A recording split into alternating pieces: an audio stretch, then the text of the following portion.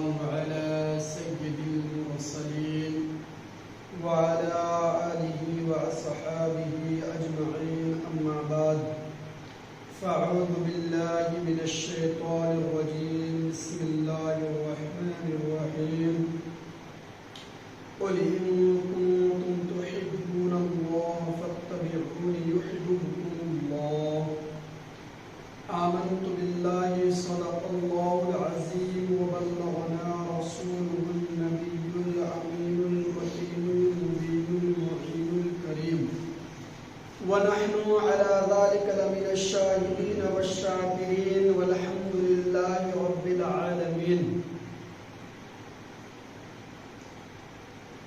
آئیے محترم سامعین کرام ایک مرتبہ درود پاک پڑھے. اللہم صلی علی سیدنا مولانا محمد بارک وسلم. صلاۃ و سلام علیک یا رسول اللہ صلی اللہ تعالی علیہ وسلم. محمد کے صحابی کا وہ شانہ یاد آتا ہے. محمد کے صحابی کا وہ شانہ یاد آتا ہے. بدل کے فیس گلیوں میں وہ جاتا یاد آتا ہے. نظف اس عہد کے مائیں جب آٹے کو ترستی ہے. عمر تیرے خلافت کا زمانہ یاد آتا ہے. عمر تیری خلافت کا زمانہ یاد آتا ہے. اور آگے فرماتے ہیں کہ تقاضا ہے کہ پھر دنیا میں شان حق ہو یدا ہو. تقاضا ہے کہ پھر دنیا میں شان حق ہو یدا ہو. عرب کے ریگزاروں سے کوئی فاروق پیدا ہو. بڑا چرچا ہے پھر سے جہاں میں کفر و باطل کا. بڑا چرچا ہے پھر سے جہاں میں کفر و باطل کا. کوئی فاروق پھر اٹھے تو حق کا بول بالا ہو. کوئی فاروق پھر اٹھے تو حق کا بول بالا ہو. اور خالی ہے تیرا دل ادب و شرم و حیا سے. خالی ہے تیرا دل ادب شرم و حیا سے. نادا تجھے کیوں بغض ہے ارباب وفا سے. اے دشمن فاروق تجھے اتنی بھی خبر ہے. اے دشمن فاروق تجھے اتنی بھی خبر ہے. فاروق کو مانگا ہے محمد نے خدا سے. فاروق کو مانگا ہے محمد نے خدا سے. آئیے محترم سامعین کرام، خطبہ مسنہ کے بعد میں نے جس آیت کریمہ کی تلاوت کا شرف حاصل کیا اس کا خلاصہ بیان کرنے سے پہلے آپ اور ہم مل کر کے حضور آقا انعامدار مدنی تاجدار ہم غلاموں کے آقا جناب محمد رسول اللہ صلی اللہ تعالی علیہ وسلم کے بارگاہ بے کس فنا میں جھوم جھوم کر عشق و مستی میں ڈوب کر کے باآواز سے بلند درود پاک پڑھیں. اللہم صلی علی سیدنا مولانا محمد بارک وسلم. صلاۃ و سلام علیک یا رسول اللہ صلی اللہ تعالی علیہ وسلم. محترم سامعین کرام، جیسا کہ آپ تمامی حضرات کو پتا ہے ماہ ذی الحجہ کے لیے آخری تاریخ چل رہا ہے. انشاءاللہ کل جو ہے اسلامی سال کے پہلا مہینہ پہلا تاریخ شروع ہونے والا ہے. اور آج کے جمعہ میں آپ لوگوں کے سامنے ذکر حضرت عمر فاروق رضی اللہ تعالی عنہ کرنا چاہتا ہوں. آپ نے اولیاء کرام کا ذکر و اذکار سنتے ہیں، حضور کے بارے میں کئی تقریریں سن لیے، نماز کے بارے میں سن لیے، لیکن آئیے آپ کو میں حضرت عمر فاروق رضی اللہ تعالی عنہ کی چند باتیں آپ لوگوں کے سامنے پیش کر رہا ہوں. اس لیے کہ حضرت عمر فاروق رضی اللہ تعالی عنہ کی شہادت جو ہے ایک محرم کو ہے، اسی لیے جو ہے میں آپ لوگوں کے سامنے پیش کرنا چاہتا ہوں کہ کون عمر فاروق. حضور فرماتے ہیں کہ اگر جس محفل میں میرے عمر کا نام نہ لیا جائے وہ محفل کامیاب نہیں ہے. محترم سامعین کرام، آج ہم کو بڑی آسانی کے ساتھ جو ہے دین مل گیا ہے. ہم جب پیدا ہوئے مؤذن نے آ کر کے کان میں اذان پکار دیا کہ تو نبی کے غلامی میں پیدا ہوا ہے.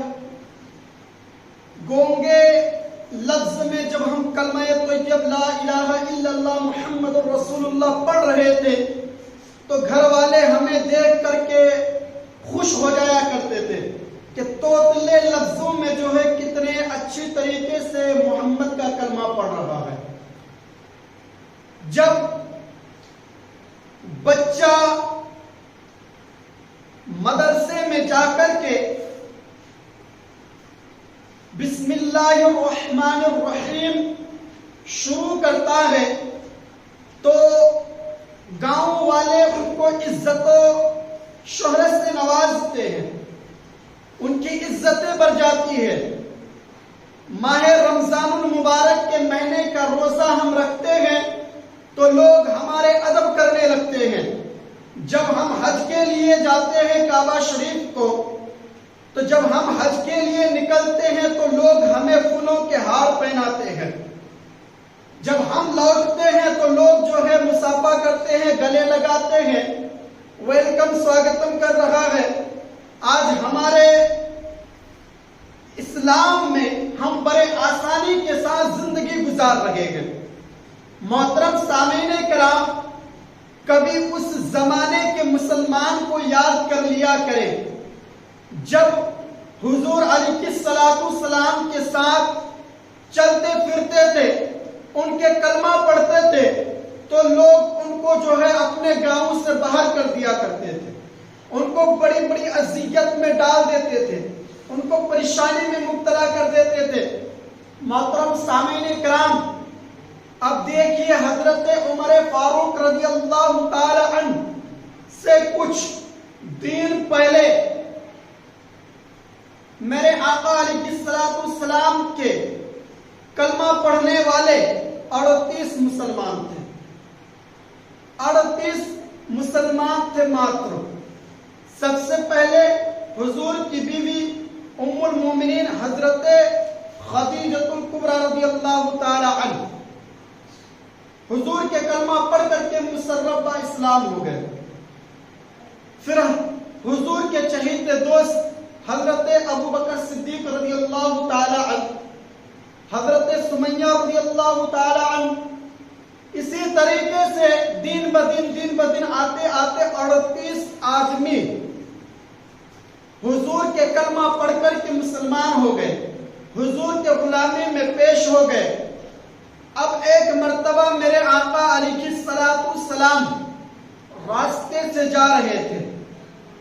ابو جہل نے حضور کے اس نورانی جسم پر نوکیلے پتھر سے مارتا ہے تو حضور کے بدن مبارک جو ہے زخم ہو جاتے ہیں. تو اتنے میں لوگ، دو عورتیں ایک جگہ بیٹھ کر کے باتیں کر رہی تھی. اتنے میں حضور کے چچا حضرت امیر حمزہ رضی اللہ تعالی تشریف لاتے ہیں. دیکھتے ہیں آخر بات کیا ہے، پوچھنے لگے تو عورتوں نے بتایا کہ اے امیر حمزہ، تمہارے بھتیجے کو جو ہے ابو جہل نے مارا اور ان کے اس جسم سے، نازک جسم سے جو ہے خون نکل پڑا ہے. جتنے ہی اتنے سنتے ہیں حضرت امیر حمزہ رضی اللہ تعالی عنہ نکل جاتے ہیں ابو جہل کے پاس. ابو جہل کو تلاش کر کے نکالتے ہیں. نکالنے کے بعد حضرت امیر حمزہ رضی اللہ تعالی عنہ جو ہے اپنے کمان سے ابو جہل کے سر پہ مارتا ہے، سر پھٹ جاتا ہے. پھر یہاں ابو جہل چالاک تھا، وہ پیچھے سائڈ لے لیا، کہا کہ ہم سے غلطی ہو گئی، میں نے تیرے بھتیجے کے اوپر ہاتھ اٹھا دیا.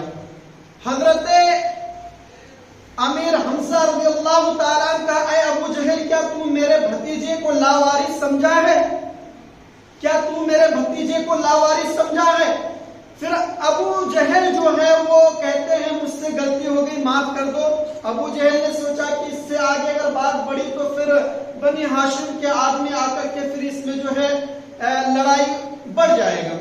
تو اتنے میں معاملہ صرف ہو گیا. پھر حضرت امیر حمزہ رضی اللہ تعالیٰ عنہ جو ہے حضور کے پاس گئے. حضور جو ہے کعبۃ اللہ شریف میں بیٹھ کے رو رہے تھے, رب تبارک و تعالیٰ کے بارگاہ میں دعا کر رہے تھے. تو حضرت امیر حمزہ رضی اللہ تعالیٰ عنہ نے کہا کہ اے میرے بھائی کا بیٹا, 3 مرتبہ کہا. تیسری بار کہا کہ اے میرے بھتیجے, میں نے بدلہ لے لیا, ابو جہل کو مارا. تو حضور نے کہا چچا مجھے اس میں بھی خوشی نہیں ہے کہ تو نے بدلہ لے لیا. تو پھر حضرت امیر حمزہ حضور کے چاچا نے کہا میرے بھتیجے بتاؤ تو صحیح کس میں تو خوش ہوگا. تو حضور نے کہا کہ میں جس خدا کو مانتا ہوں, میں جس دین پہ چلتا ہوں, تم بھی اس خدا کو مانو, اس دین پر چلنے کی کوشش کرو. جب اتنا سنا تقدیریں بدل گئی, دل کی دنیا بدل گئی. حضرت امیر حمزہ رضی اللہ تعالی عنہ جو ہے اسلام قبول کر لیا.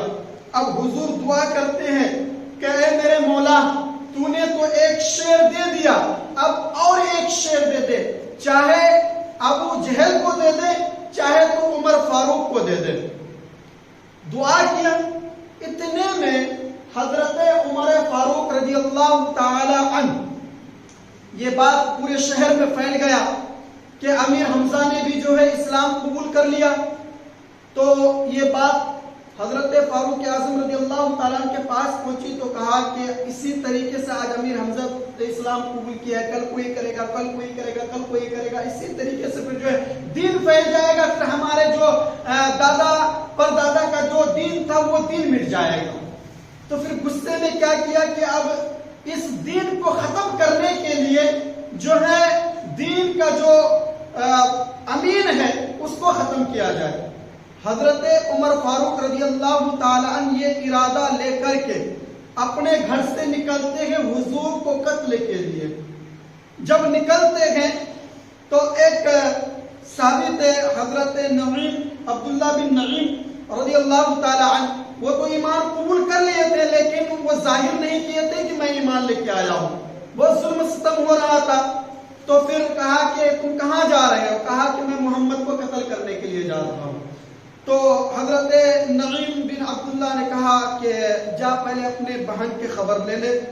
تو بولے کہ کیا بات ہے کہ تو جس محمد کو قتل کے لیے جا رہا ہے وہ اس محمد کے غلام بن چکی ہے. حضرت عمر فاروق رضی اللہ تعالی عنہ جاتے ہیں اپنے بہن کے گھر, جا کر کے دروازہ زور زور سے کھٹکھٹاتے ہیں. دروازہ کھولنے سے پہلے حضور حضرت عمر فاروق رضی اللہ تعالی عنہ کی بہن فاطمہ بن خطاب رضی اللہ تعالی عنہ تو جو ہے انہوں نے کیا کیا کہ جس قرآن کو پڑھ رہی تھی اس وقت قرآن جو ہے کھجور کے چھال اور چمڑی پر لکھی ہوئی تھی, تو اس کو ایک پاک جگہ پر رکھ دیے. رکھنے کے بعد دروازہ کھولی, کھولنے کے بعد کہا کہ کیا کر رہی تھی؟ تو بتایا کہ میں قرآن پڑھ رہی تھی.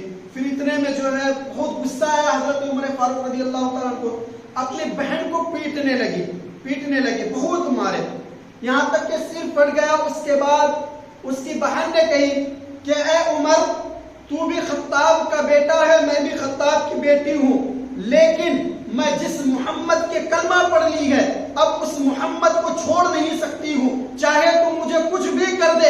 اتنی بات سنی حضرت عمر فاروق رضی اللہ تعالی عنہ جوش میں آیا, کہا کہ آخر اس عورت کے اندر کیا ڈال دیا ہے کہ اس کے ان کے کلمہ پڑھنا نہیں چھوڑنا چاہتی ہے. اتنی بات جب کہتے ہیں کہ بتا تو صحیح آخر بات کیا ہے کہ اس قرآن کو تو دکھاؤ. تو بہن بولی کہ اے عمر تو ناپاک ہے, یہ پاک کتاب ہے, اس کتاب کو تو چھو نہیں سکتے ہو. حضرت عمر فاروق سے کہتی ہے جا تو نہا کر کے آ پہلے. حضرت عمر فاروق رضی اللہ تعالی عنہ نہ دھو کر کے پاک صاف ہو کر کے آتے ہیں. آنے کے بعد اس قرآن پاک کو پڑھتے ہیں. طٰہٰ ما انزلنا علیک القرآن لتشقیٰ جب پڑھتے ہیں اور پھوٹ پھوٹ کر کے روتے ہیں. اب دیکھیے دل میں عمر سوچتا ہے کہ میں تو آیا تھا محمد کو قتل کے لیے, لیکن اب میری دل کی دنیا بدل رہی ہے, اب میری دل کی دنیا بدل رہی ہے. قرآن پاک کی تلاوت کرتے ہوئے جا رہے ہیں, پڑھتے ہوئے جا رہے ہیں اور روتے ہوئے جا رہے ہیں. اس آنکھ سے آنسو جاری ہے. اب اتنے میں جب